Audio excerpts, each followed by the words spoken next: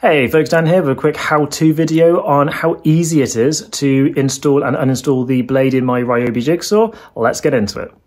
So the Jigsaw is right here ready to go, okay? And first things first, we're going to remove the power pack. Don't want to accidentally turn it on. If you have a plug version, I'd recommend you take that out as well, okay? Here's the blade ready to go.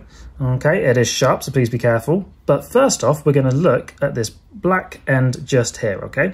And what we're going to do is we're going to push this in until you see about that bit of the black left poking out, okay? That's when you know you've pushed it in as kind of as far as you need to. So, install demo.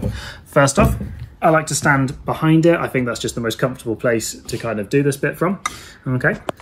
You'll see we've got this black here, little S, okay? We're gonna put our thumb on top of the S and our finger through the blade guide, okay? And as we twist it, okay, the bottom here opens up, which allows us to slide the blade along that runner and in until it won't go any further.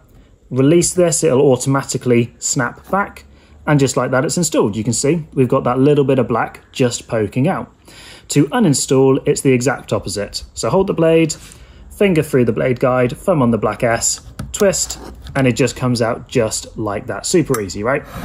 And one thing just to be careful of is if you don't hold the blade, when you unplug it, it pops out just like that, okay? So you just want to be careful.